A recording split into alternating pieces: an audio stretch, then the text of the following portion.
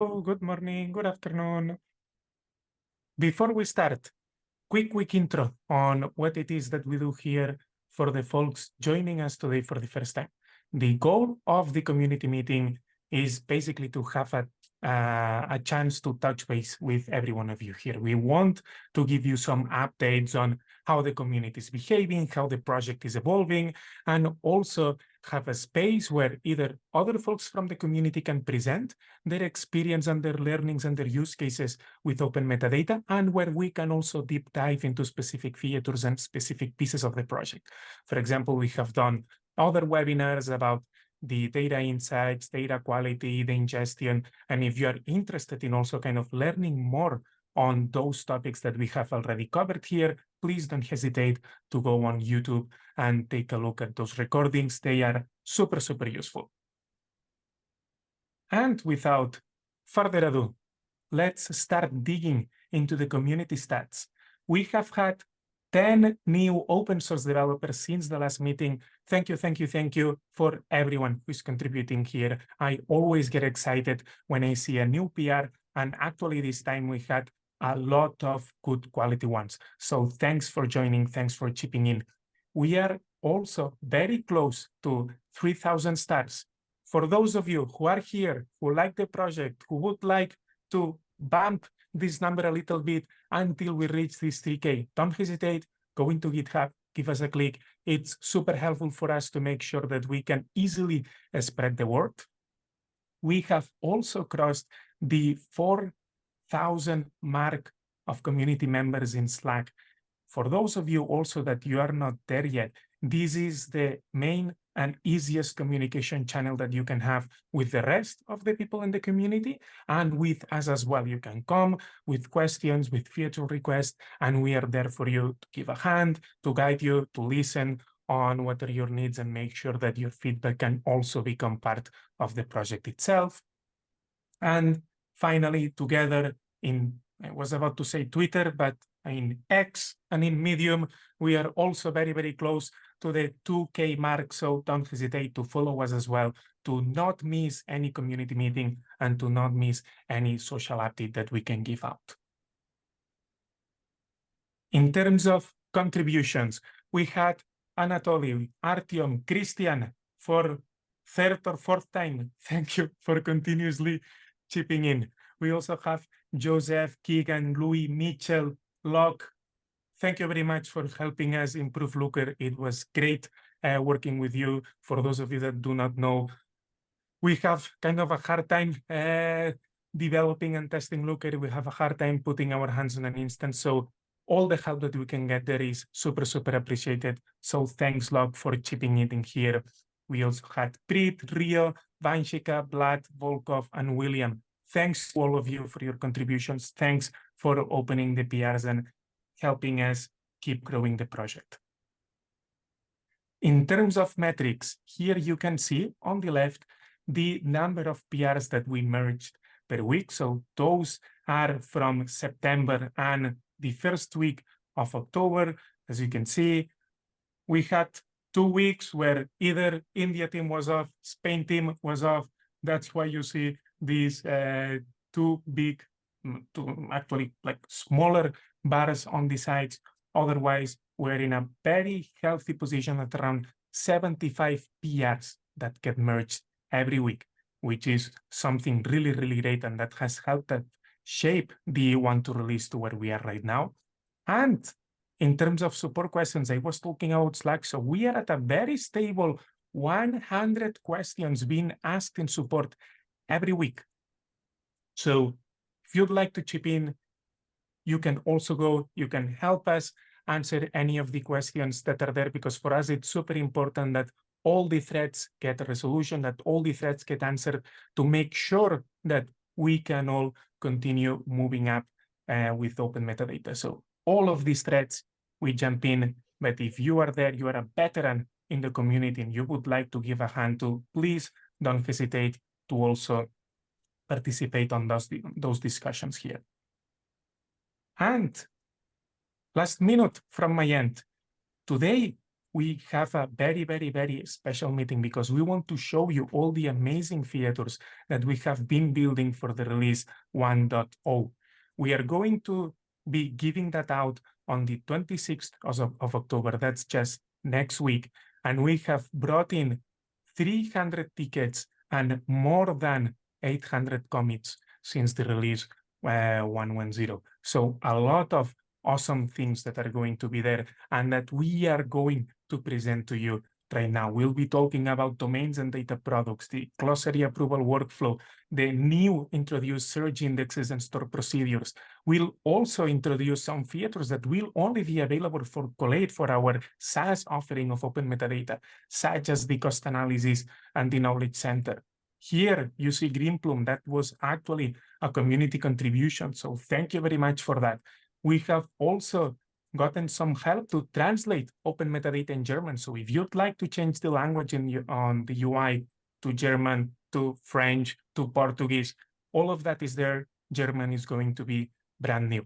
So I'm going to stop here and I'm going to pass the word to Suresh, who is going to talk more about how we have built and defined the domains and data products. Can you guys see my screen? One of the biggest features we have added in this 1.2 release is domains and data products. So the concepts of domains and data products come from data mesh, right? And one of the challenges is data mesh is not an architectural principle, it's an organizational principle. And while domains and data products at a high level, they're something that has existed even before data mesh, right? So people do understand it, but implementing data mesh, the details of how to implement and organize around it is fairly vague. And this is one of the reasons why we have slowly adopted some of these domains and data products. One of the other things that we are also doing is, while data mesh is a much needed thing as an organizational principle in very large organizations, for a small organization with small teams, it might be an overkill, right? So adding the concepts of domains and data products without adding complexity for a lot of our users who are probably small teams and don't need that complexity is one of the challenges that we had to handle. Right? So now just going into domains, in data mesh, the whole idea here is, your data team and the teams that are producing are large enough. You want distributed data architecture, right? Where different teams and different parts of the organization are working within a domain. And the idea here is end-to-end ownership, right? So in the past, you would have somebody doing operational data, and then there is a centralized team that is doing analytics data, and it is trying to produce analytics data for the entire organization, and it doesn't scale well. It doesn't understand all the business aspects of the data because it is a centralized team. So the idea here is you give end-to-end ownership to a domain where they have the services that are running, that are providing APIs, that are writing to operational data. And then this operational data is brought into the data lake or data warehouse as raw data, and then it is curated, and then it is curated data sets and dashboards and things like that are provided as data products. So your operational data, the ETL pipelines, how you're transforming the data, all of those become internal details of your domain. And then the data product is what you're providing outside the domain for other domains to use, or even users from within the domain to use. And so domains provide data product to the consumers of the data of that domain, and it is based on data contract. And Open Metadata has some amazing features related to data contracts where you have data quality test and SLAs, which is coming, freshness. All of this is going to become part of data contract in the future. We've, same definition that is provided in data mesh. There can be three types of domains: consumer aligned, aggregate, which is essentially a centralized team doing, multi-domain stuff and then bringing the data together. And then source aligned, where people are going to be consuming the data, especially your data citizens, right? So we've added the concept of domain based off of this. We've also added the concept of data as a product, which we call as data product. Data product is also used in the other context where somebody is using data and building a product is called a data product. So within data mesh, the term is data as a product, but in short, within open metadata, we call it data product. So it's a logical component that contains the data, dashboards, code, maybe API interfaces, that serves the users, right, that are consuming products from a domain. And it is owned by a team that ensures all the data guarantees, right? There's data quality, there's SLAs, all kinds of stuff, including, documentation for the consumers and understanding, consumer use cases and building the data product based on the consumer use case, which is a shift in paradigm where the data engineers would just get some requirements and they don't think about who the user is, what their use case is, and they just transform the data and provide some curated data sets. Here the idea is you actually think about your consumers, their use cases, and build the data product, which could be your dashboards, it could be your tables, that curated tables, but you understand customers' use case and continuously improve the product and provide some guarantees like you would do for any other product for data. Few things within open metadata. In a domain, the data assets, teams, glossaries, and many other kinds of assets can be added to a single domain, right? So you have clear boundaries of where they belong. And so data assets cannot belong to a multiple domain.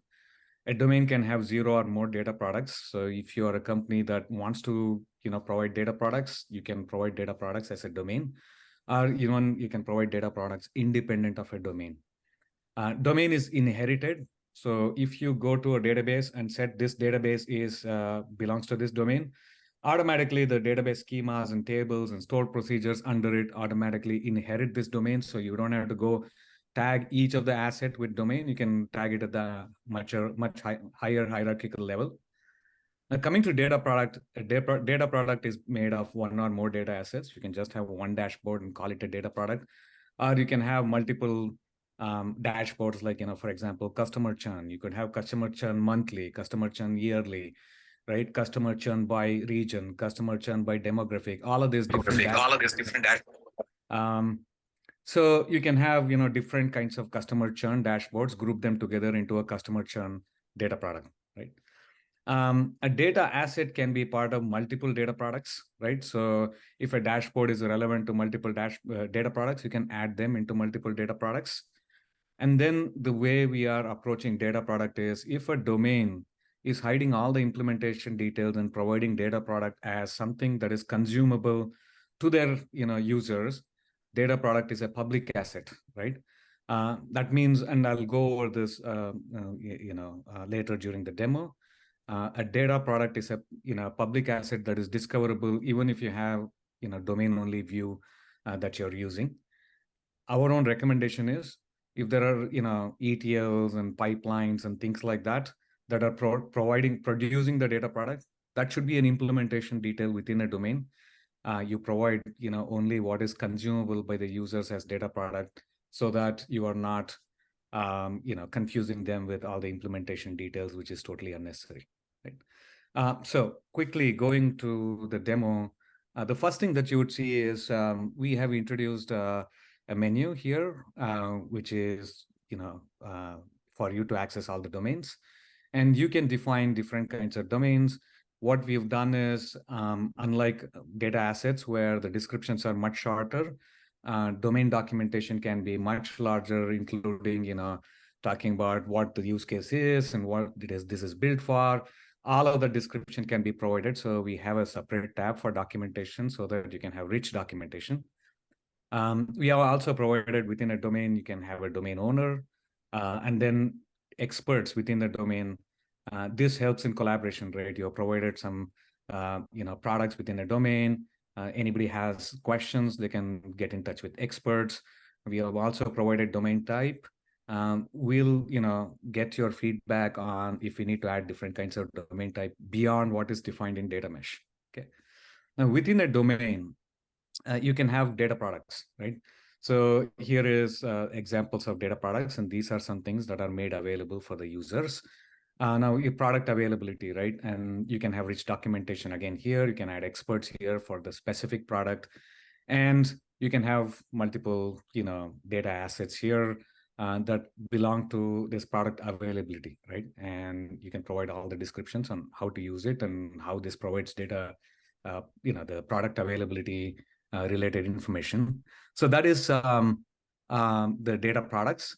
And then going back to the the domains, you can, whichever, wherever you're, either tagging at the leaf level or at a much higher hierarchy, all the assets that belong to a domain are listed here, right? So so these are, internal assets within a domain, and this can include everything, right? Everything from tables to dashboards to pipelines. All of those things are part of the domain, and those are listed here, and you can browse them.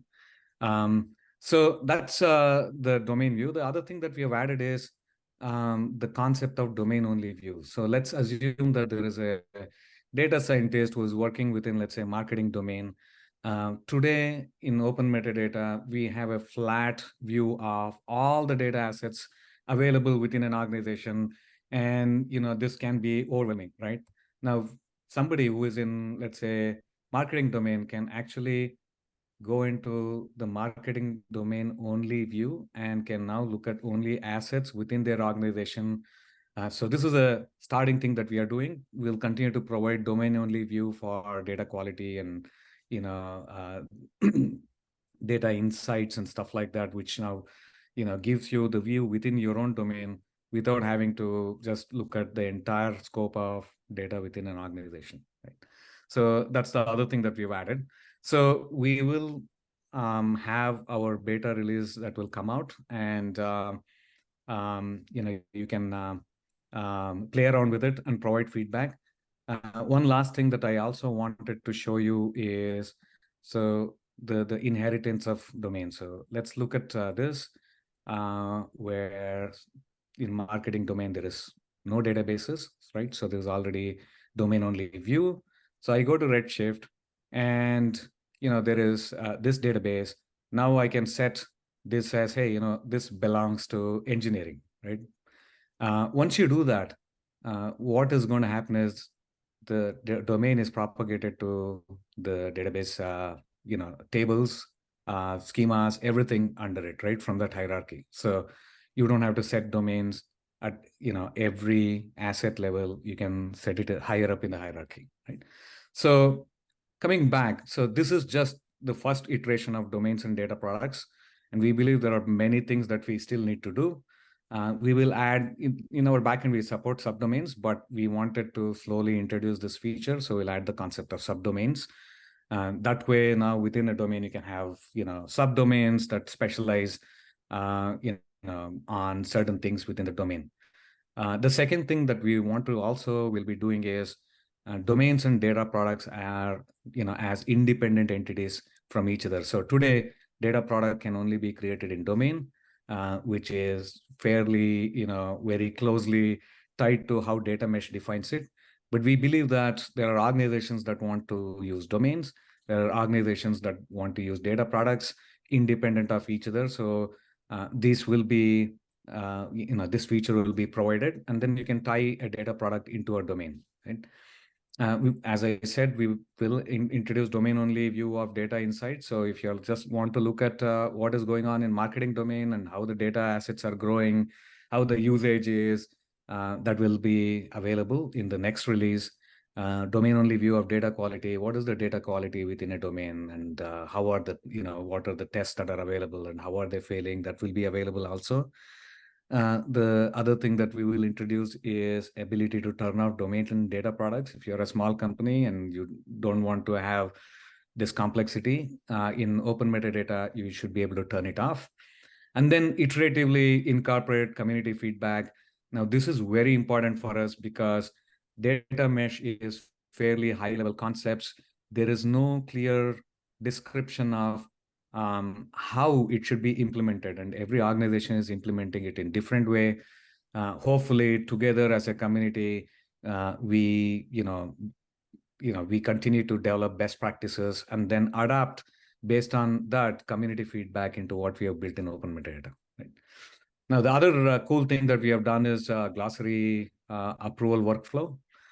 So, Glossaries is something that we are continuously improving. And one thing that we have done is, and I want to call out, a lot of contribution from Dovell on this. We have introduced styling for glossaries. So you should be able to go to glossary terms, and you should be able to style the glossary term. You can actually, for a glossary term, have a separate icon if that is how you want to differentiate, and group the glossary terms. You can also pick different colors. Now, this is the first iteration. There is a lot more that we can do here. So you can set colors, and these colors will be available wherever you've used these glossary terms for labeling your tables and columns and all of those things. That way you can visually differentiate between them. So that's one of the cool features that we have added. And you can look at different, color coding right here. And color coding, one of the use cases for color coding is maybe security is a type of a glossary term related to security operations. Things like that can be color coded. Similarly, now you can actually understand what this color means and what classification or a category it belongs to. So that's the preliminary use case that we are starting with, right?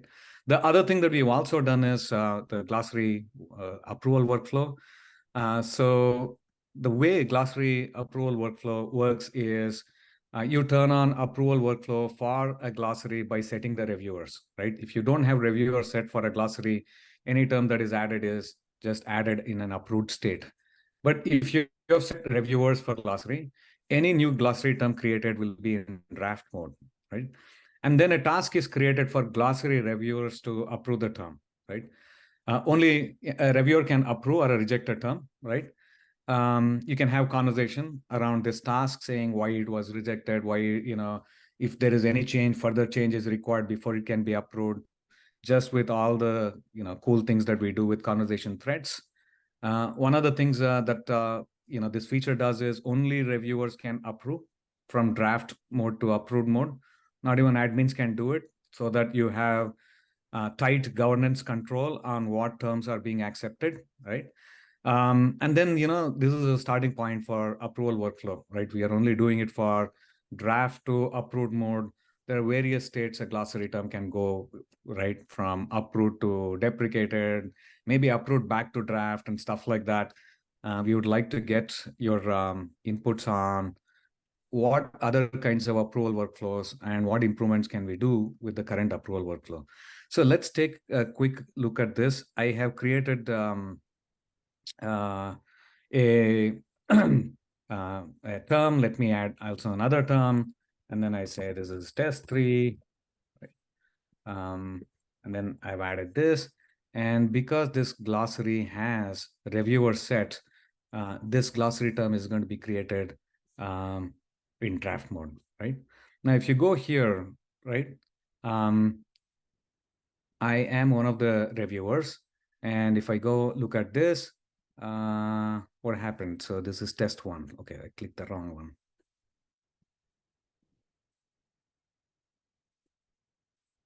Let's go to this. Test 1 is in draft mode. So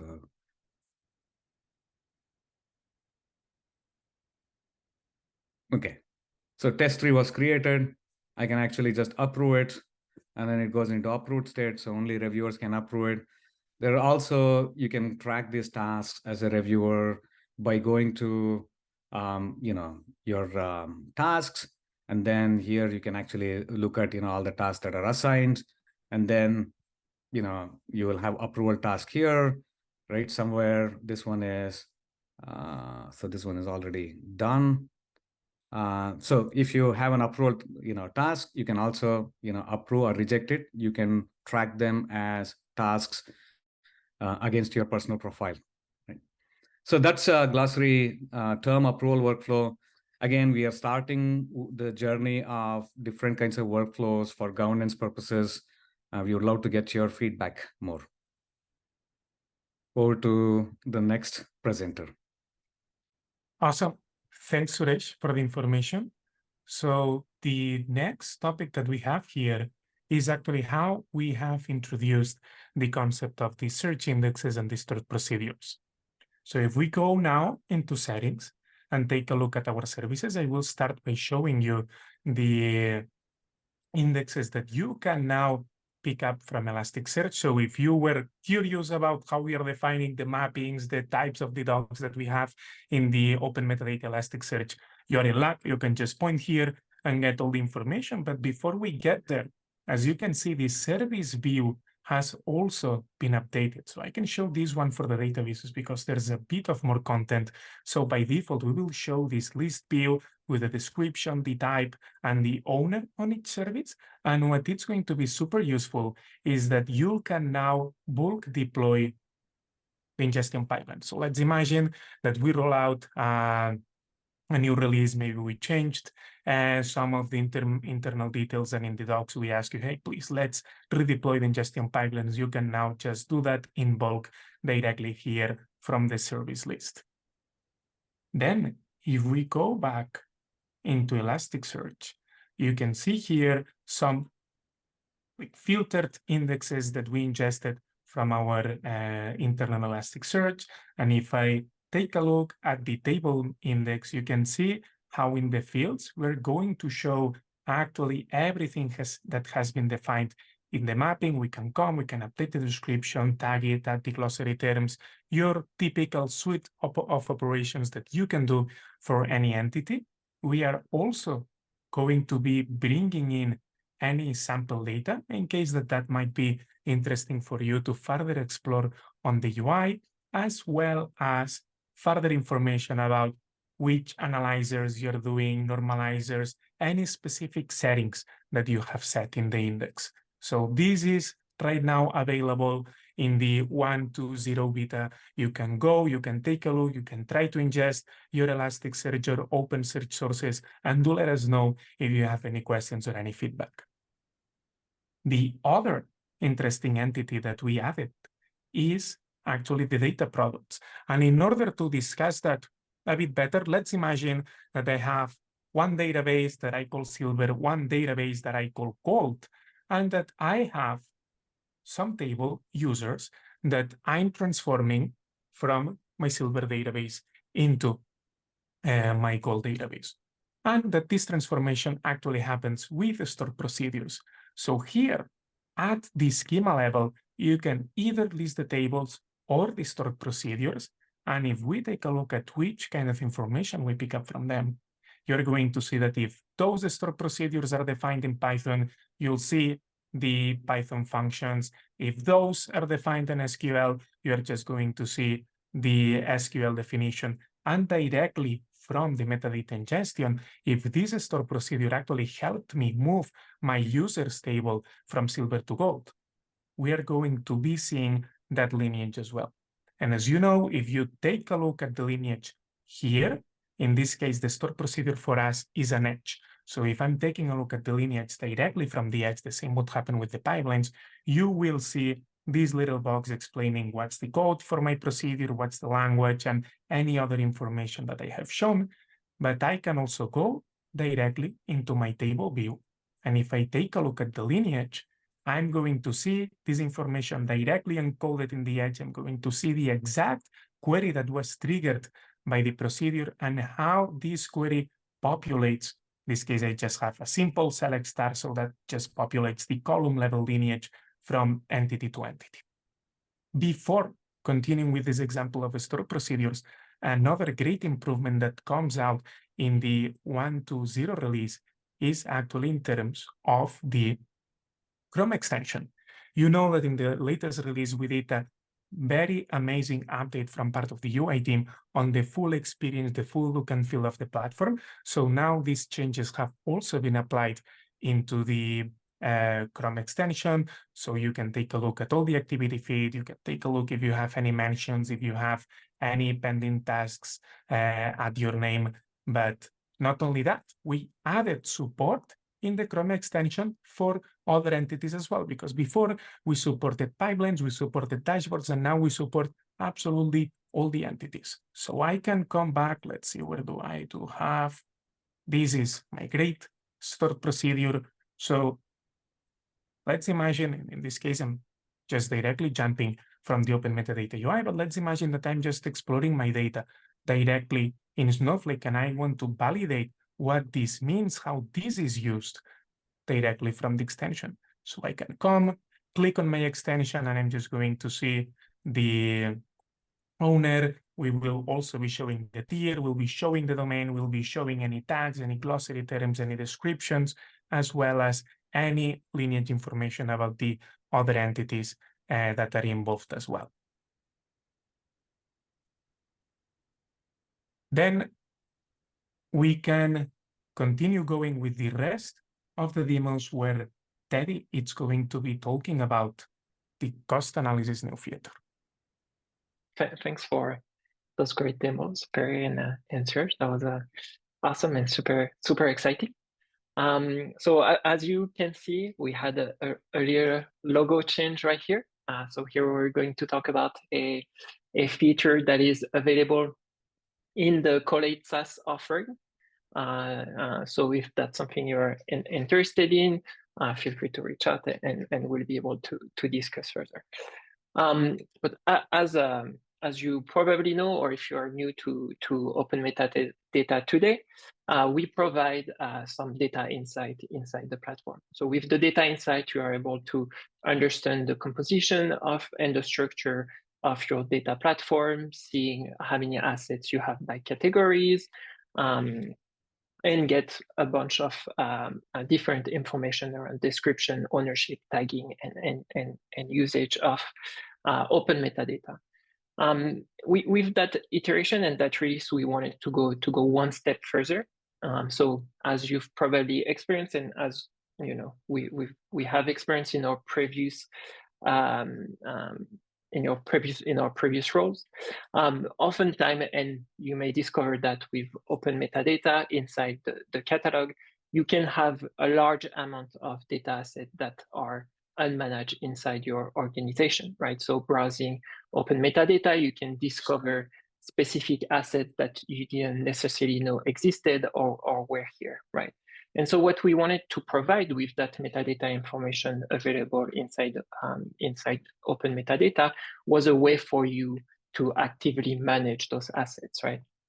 So in the 1.2 release, we're bringing that information, starting with Snowflake specifically, and then we'll be expanding it to other data assets, other data sources, where you'll be able to see and understand when was an asset last used, right? So when was that asset last accessed? What's the size of my data asset? And then we'll be also providing the potential cost for your organization of your asset in the next release, right?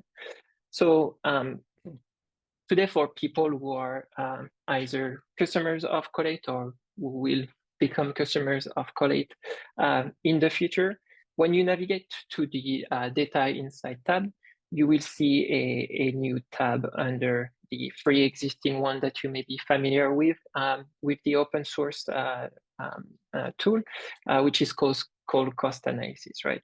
And this Cost Analysis tab will give you some important information around your asset usage, right? So we have a few graphs that are available. The first one being the count of assets that are used versus unused, right? So you're able to see a time series representation of those assets, and then you are able to, similar to how you can navigate with the other graphs, you are able to filter for use and unused, and that allows you to see, okay, in my platform, how many used or unused data assets do I have, right? And so this information will be defined as last access in the last 3 days for use or unused, and then you are able to see it at a different time breakdown, right? And then similarly, we provide a view that will show you the same information, but mentioning the size of your used versus unused asset, right? So you may have a small count of unused asset inside your organization, but that small count may represent a large amount of data storage, which potentially will have a great impact on the cost of storage and whatnot inside your organization. And then the third graph will show you a similar representation, but over a stack graph, so that you can see the representation of used versus unused, similar in terms of count and in terms of percentage. And then finally, we will be providing tables that will allow you to drill deeper into which assets have not been used, when were they last accessed, what's the size of those assets and whatnot. So for example, here we can see that we are looking at assets that haven't been accessed in the last 3 days. And then I'm able to, extend that range and say, I consider assets that are, important to maybe clean up inside my organization as assets that haven't been used in the last 30 days. And then I will have the list of those assets with the size and how much storage do they represent inside my organization. And then from there, I'm able to actually take action and actively manage those assets inside my organization.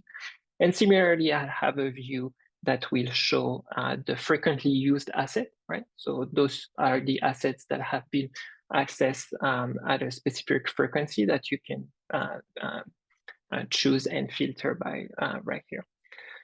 So basically, with those added view, and that's a view that we will keep iterating on, adding more assets, adding additional filters, making it even more actionable for you as a user. You're able to not only see the structure and the composition of your data platform, but you are now able to actually take action and actively manage your asset inside your organization and make a difference, right? So save cost for your team, for your department, for your organization.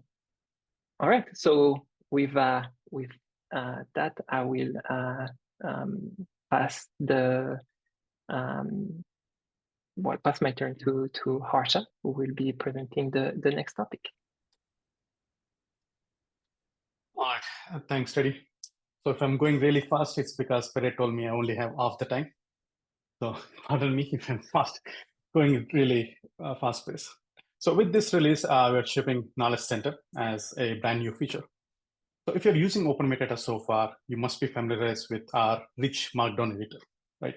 It gives you amazing ability to document your data assets, tables, topics, pipelines. You can embed image, you can write really nice documentation explaining what that data is about. But with organizations, you often get a need for kind of documenting about data itself. What are the best practices to use the data? What are the naming conventions you should be creating while creating an asset? How the data infrastructure works. So these are the articles that are really useful for the users to understand how the data functions in an organization.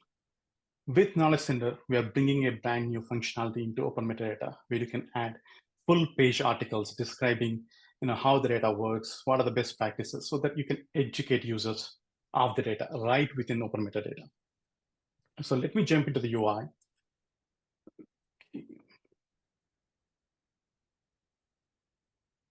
You will see a new menu item called Knowledge Center. You'll see a list of articles that are being set up for you, right? For example, I have onboard your data. You can see amazing this page where you can really clearly articulate, bring in your architecture diagrams, images, whatnot, a full page, full length article for users to discover and understand the data. Typically, organizations do this via Confluence or Google Docs. The problem with that approach is, as a data user, I come in here, I discover the data assets, I can understand what the documentation about the data assets. Now, if I want to know a little more about it, I need to jump into another tool. Now we are bringing another tool that's not required in your organization right within the OpenMetadata. So as a data user, not only understand all the metadata, all the data in the organization, now I can also understand what to do with that, right? For example, it's my day one at my company. What should I do? Go visit this article, understand what's happening in your data. And every feature that we develop with in OpenMetadata, all the amazing base features that comes along with it. For example, you can vote up and down. You can look at the version history of this page. Right? You can also follow or bookmark this page. You can share the link. You can also add comments and have rich conversations around this article. So, and with this feature, we are also adding a brand new editor. For example, I want to do day one edit. Right? Now I can go and hit / I can get all my formatting options. Not only that, I can actually add a theme, tag it, right? Or I can add certain,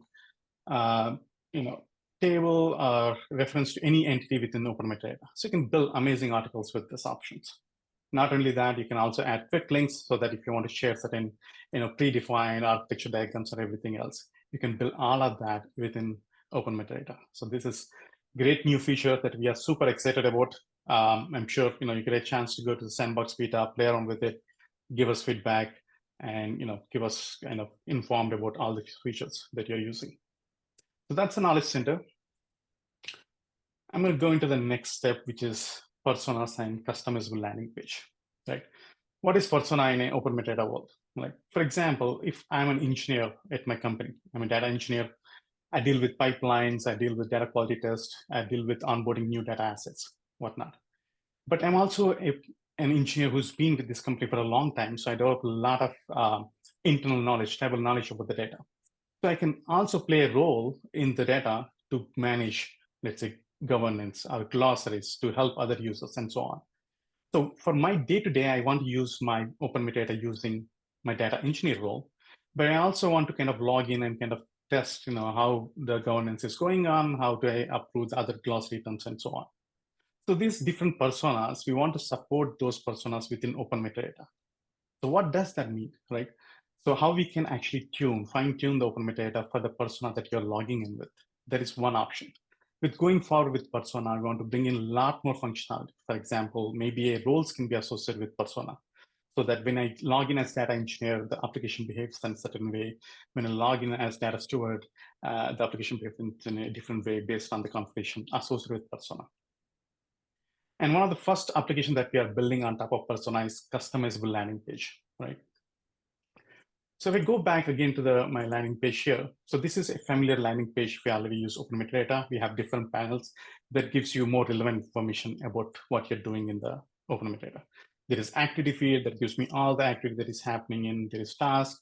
There is recent announcements following anything that I viewed recently, so on. These are all the panels.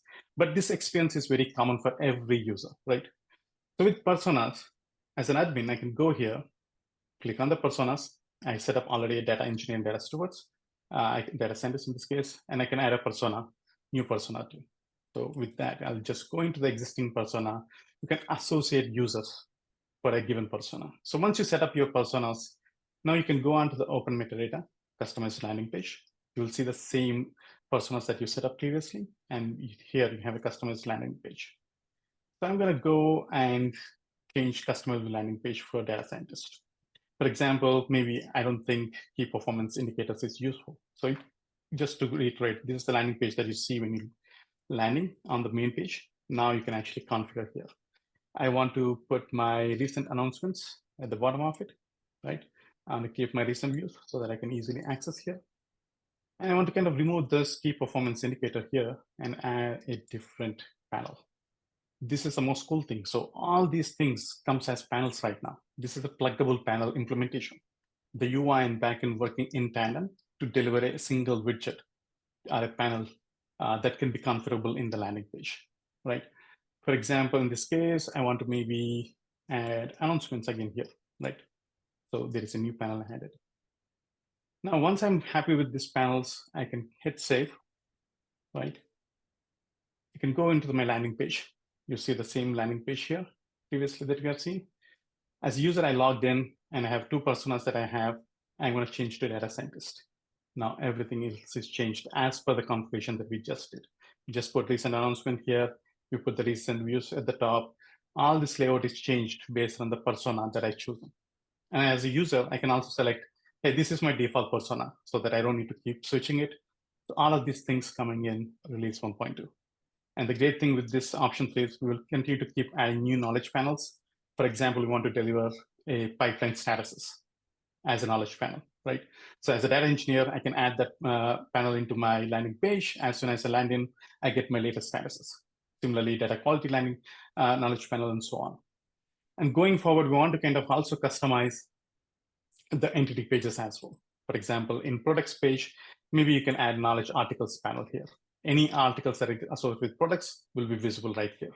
So there is a lot of customization, a lot of interesting features that we can deliver on top of personas and customizable landing page. Now, OpenMetadata is much more customizable based on the persona, based on the function of the user who logged in. Right.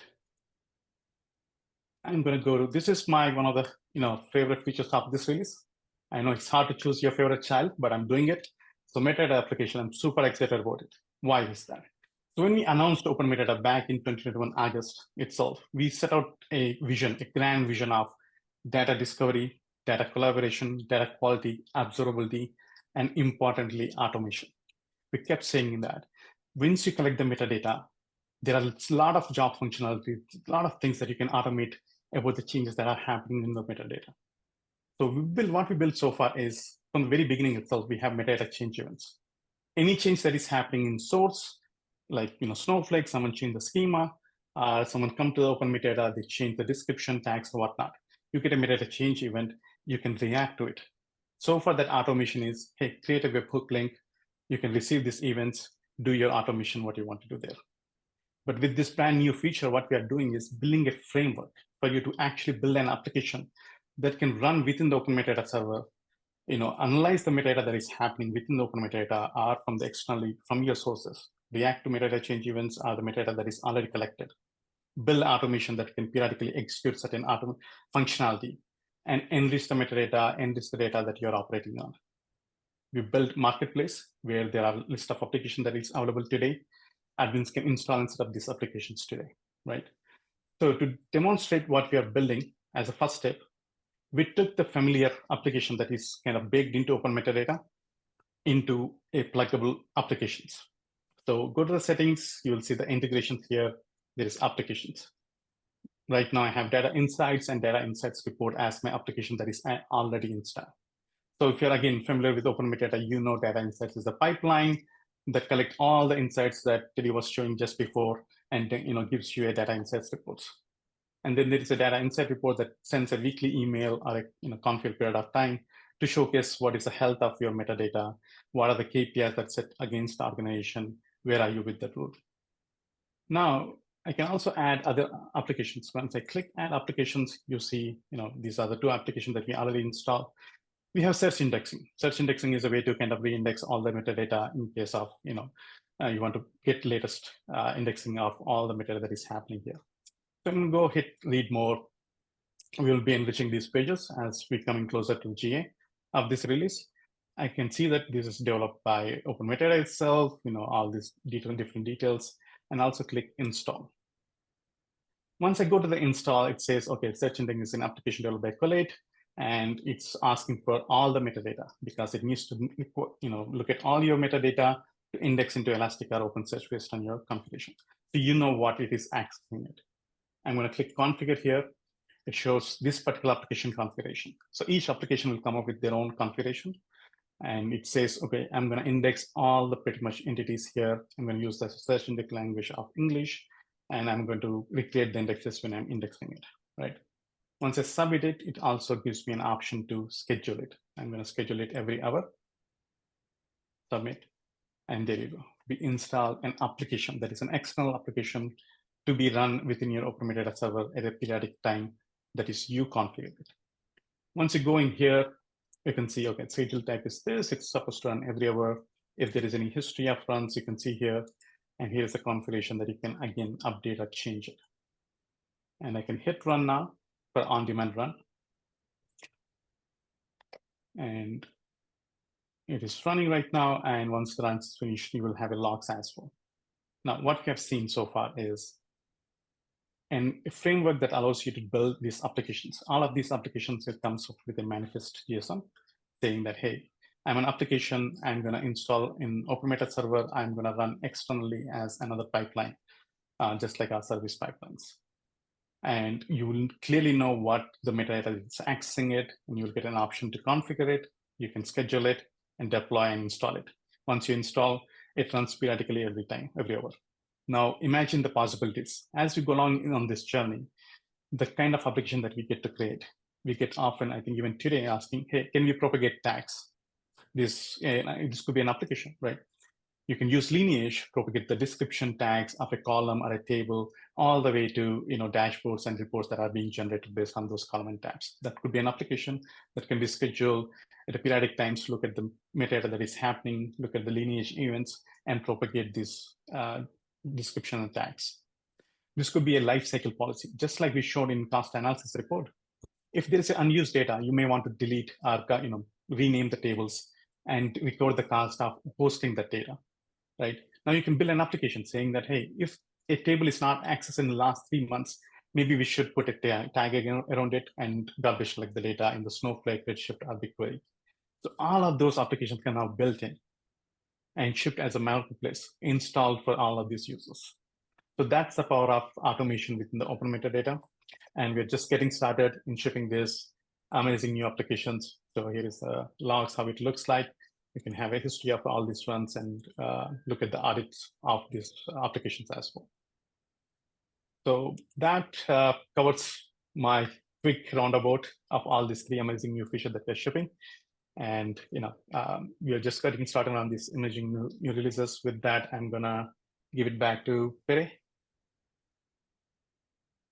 Thanks for explaining. Super excited about the application, super excited about the Knowledge Center, super excited about the cost analysis.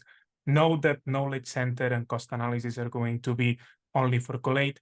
If you would like to try those out, they are right now in the Sandbox Beta. We'll also make them available in the Sandbox. And if that's something that you would like to bring into your organization, don't hesitate to visit cloud.getcollate.io. You can sign in, schedule a call with our team, and we'll give you more information about this as offering. But before we finish, 2 more updates on Open Metadata itself. The first one, and we are super happy about it, is that we made a bunch of performance improvements. If you'd like to dive a bit deeper into all of the needs and bits and the changes that we did in there, we are just linking here the issue. But in a nutshell, we reduced the database strips, we cached some of the information that was frequently looked, we stored some summary data just to make sure that the UI can load faster. We also rebuilt the indexing and the collation of the databases, and we also scheduled an internal benchmarking process to make sure that release after release, week after week, we are in track with our performance goals. And these changes actually gave us more than a 90% decrease in the response type for certain write operations. It also increased the efficiency of the lists and the gets. So you will see how in 1.0 Open Metadata will be blazing fast.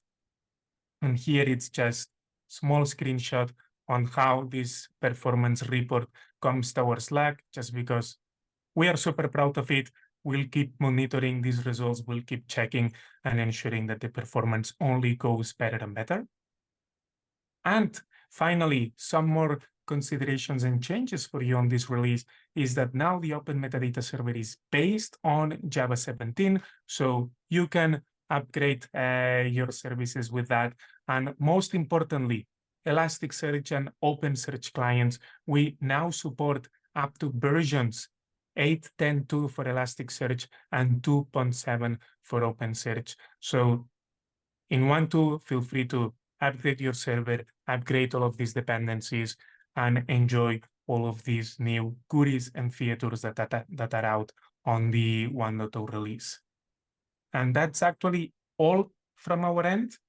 Not even sure if we were able to have some time for questions, so please don't hesitate to start the project on GitHub. You can check out this. We didn't change to X. Please check out us out on X. Check the Collate page. Check all the conversations and the discussions that are happening in Slack, and please join us. So if there are any pending questions, you can use the chat. Otherwise, maybe Harsha, Suresh, we can stick 2 more minutes for one live question, 5 more minutes if there's someone that has anything to share. So I got a use case question. So I'm new to Open Metadata. We have a use case where we have a similar database schema across 100 or so clients. And that schema is in a Postgres database. If we want to manage, so we could import all those as different databases.